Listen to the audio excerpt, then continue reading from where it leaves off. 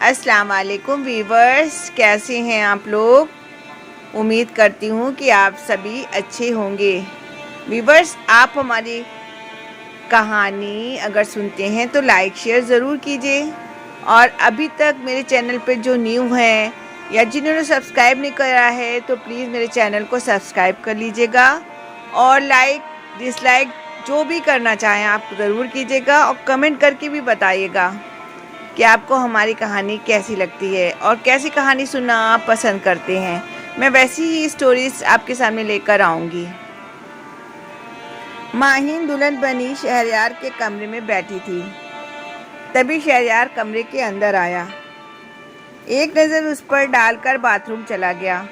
माहिन देखती रह गई। करीब आधे घंटे के बाद वो बाथरूम से बाहर आया। कुर्ता पजामा पहने हुए था। बेड से तकिया उठाकर जाकर सोफे पर लेट गया। माहिन को समझ ही ना पाई थी।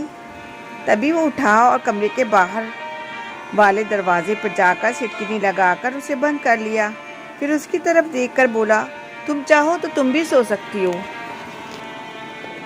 और हाँ, तुम सुन लो, तुम मेरी पसंद नहीं हो, मैं किसी और को पसंद करता हूँ। तुम चाहो तो मुझसे तलाक ले सकती हो, या अगर यहाँ रहना चाहो तो यहाँ भी रह सकती हो, मुझे कोई इतराज़ नहीं।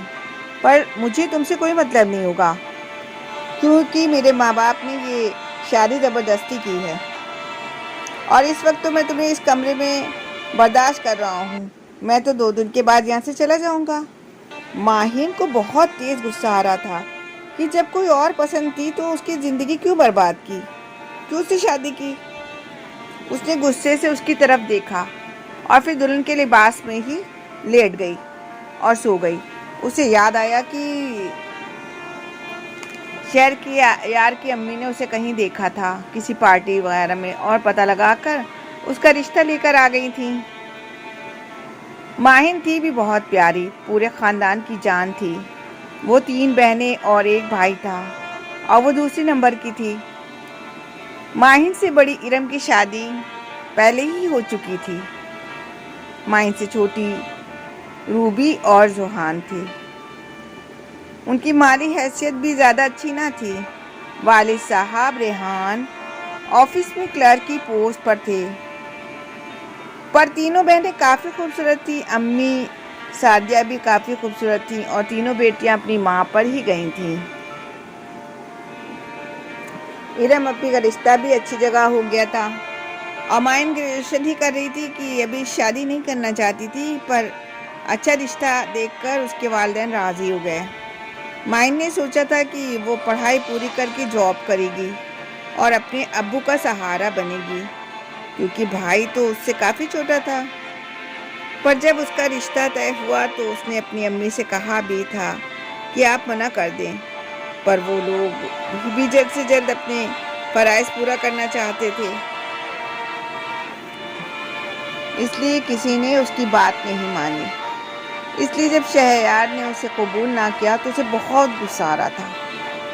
सब सोचते सोचते वो कब उसकी आंख लग गई उसे पता ही नहीं चला। सुबह जब शहरयार की अम्मी उसके कमरे में आई, शहरयार बाहर जा चुका था।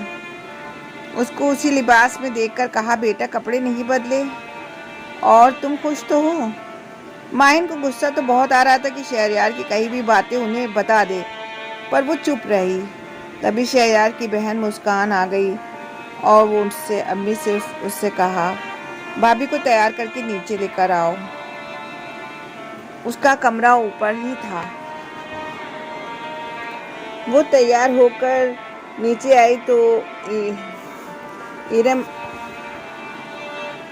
और रूबी और जोहान उसका नाश्ता लेकर आ गए थे। शहरयार भी टेबल पर आकर बैठ गया था। रूबी उससे बातें कर रही थी और वो मुस्कुराकर जवाब दे रहा था। शहरयार ने एक नज़र उस पर डाली। पिंक कलर के शलवार सूट में वो बहुत ही प्यारी लग रही थी। उसने जल्दी से अपना मुंह दूसरी तरफ फेर लिया। फिर वलीमे का फंक्शन अच्छे से हो गया था। माहिन ने सोचा कि घर जाकर अम्मी अब्बू को सारी बात बता देगी, पर घर आकर पता चला कि शादी के लिए अब्बू ने काफ़ी कर्जा ले रखा था। अम्मी से कह रहे थे कि हमारे 2 फ़र्ज़ तो पूरे हो गए और दोनों ही काफ़ी खुश भी हैं, अच्छी जगह दोनों लड़कियों की शादी हो गई। वो कुछ चाह कर भी उनसे बता ना पाई। चौथी पर सब आए पर शहरयार ना आया था। फिर जब वो घर ससुराल पहुंचकर पता चला शहरयार बाहर जा चुका था। हालांकि ससुराल में सभी उसका ख्याल रखते थे। मुस्कान तो उसे एक पल के लिए भी ना छोड़ती थी। शहरयार के अम्मी अबू भी की जुबान भी माहीन माहीन कहते ना थकती। शहरयार को गए पूरे 1 महीना बीत गया था। अम्मी अबू भी जान उसके बारे में पूछते तो वो बहाना बनाकर टाल देती थी। और कुछ दिनों के बाद पता चला कि शहरयार ने दूसरी शादी कर ली है, बगैर उसे तलाक दिए। माहिन ने सोचा कि घर जाकर बताए अपनी बात, अपने अब्बू को बताए। वो सोच ही रही थी कि खबर आई कि अब्बू को अटैक हुआ था। वो उन्हें देखने हॉस्पिटल आई थी। अम्मी बहुत परेशान थी। अब्बू को होश ही ना था और वो इस बात का जिक्र किससे करती।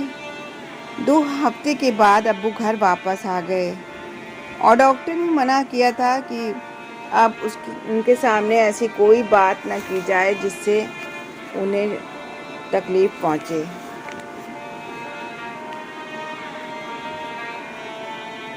नहीं तो फिर से अटैक हो सकता है।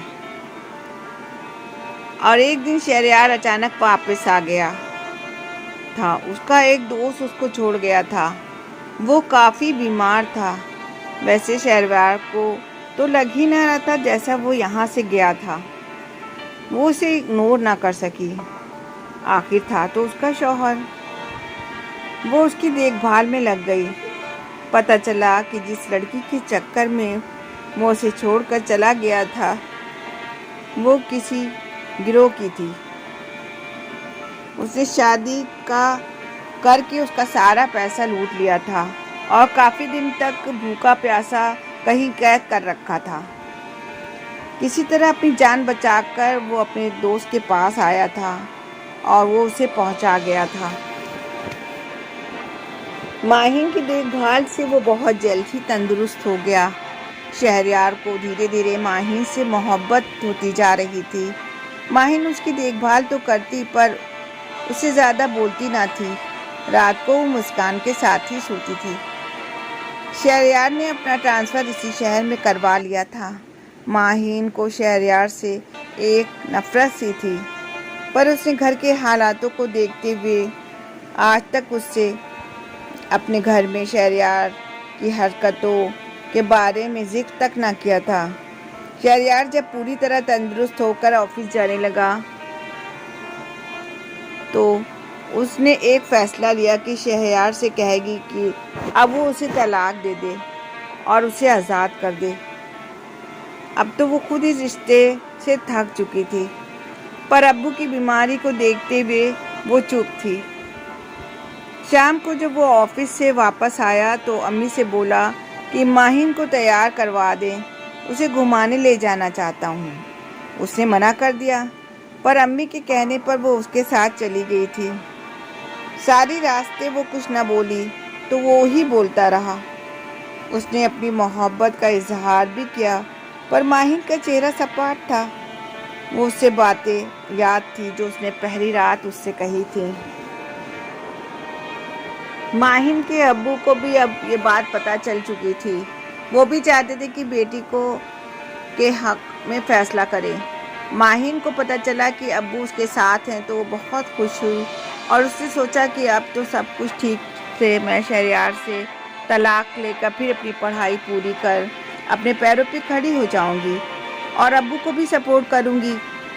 उसने जब घर आकर शहरयार से इस बात का जिक्र किया और कहा कि तुम जो चाहते थे वो अब कर दो, मुझे आज़ाद कर दो प्लीज़। इस निकाह से तुम भी एक नई ज़िंदगी की शुरुआत करो। ये सुनकर शहरयार के होश उड़ गए। वो परेशान हो गया कि नहीं, मैं तुम्हें नहीं छोड़ सकता। क्यों नहीं छोड़ सकते? बीती हुई बातों का बुरा वक्त समझकर भूल जाओ। मैं तुमसे शदीद मोहब्बत करने लगा हूँ। पर माहिन कुछ सुनने को तैयार न थी। गुस्से से शहरयार बाहर चला गया था। फिर काफ़ी रात तक वो ना आया। उसकी अम्मी काफ़ी परेशान थी। माहिन से उन्होंने पूछा, क्या तुमसे शहरयार से कोई बात हुई है? तो वो नज़रें चुरा गई थी। उसका फ़ोन भी स्विच ऑफ था। अब माहिन को भी बहुत अफसोस हो रहा था कि उसने उससे ऐसी बातें की। पता नहीं वो कहाँ चला गया था। रात के करीब 11:30 बजे शहरयार का फ़ोन बजा था। सबकी जान में जान आई थी। दूसरी तरफ से बताया गया कि जिसका फ़ोन है उसका एक्सीडेंट हो गया है और वो हॉस्पिटल में बेहोशी की हालत में लाया गया है। ये खबर सुनकर शहरयार की अम्मी रोने लगी थी। माहिन भी बदहवास सी थी। सब हॉस्पिटल पहुंचे थे। शहरयार आईसीयू में था। माहिन उस घड़ी को कोस रही थी कि उसे ये सब नहीं करना चाहिए था। उसके आंसू थे जो थम ही ना रहे थे। उसे लगा कि शायद वो भी अब शहरयार को चाहने लगी थी और उसके बगैर वो तो अब रह भी नहीं सकती थी। माहिन के अम्मी अब्बू भी हॉस्पिटल पहुंच चुके थे। डॉक्टर ने बताया कि अब वो खतरे से बाहर है। सभी की जान में जान आई थी। शहरयार को रूम में शिफ्ट कर दिया गया था। कमरे में एक आदमी की रुकने की इजाज़त थी। माहिन ने जिद की कि मैं शहरयार के साथ रुकूंगी। सुबह के 3 बज रहे थे जब शहरयार को होश आया था। माहिन उसी के साथ थी, कुर्सी पर बैठी थी। फौरन दौड़कर उसके पास आई। बोली, शुक्र है अल्लाह का, आपको होश आ गया। मैं जाकर सबको बताती हूँ। उसने इशारे से उसे अपने पास बुला लिया और उसके से हाथ जोड़कर माफ़ी मांगते हुए कहा, अब तुम मुझे छोड़कर तो नहीं जाओगी? तो माहिन ने कुछ न बोला। शहरयार ने उससे कहा, गम है या खुशी है, अब तू ही मेरी ज़िंदगी है, तुम मुझे माफ़ कर दो। तब माहिन ने भी उससे कहा, आप भी मेरी ज़िंदगी हैं, मैं आपको नहीं छोड़ सकती। कहकर वो उसके सीने से जा लगी थी। व्यूअर्स, आपको हमारी कहानी पसंद आई हो तो लाइक, शेयर एंड सब्सक्राइब ज़रूर कीजिएगा। और मेरे चैनल को जिन लोगों ने अभी तक सब्सक्राइब नहीं किया है तो प्लीज़ मेरे चैनल को सब्सक्राइब कर लीजिएगा।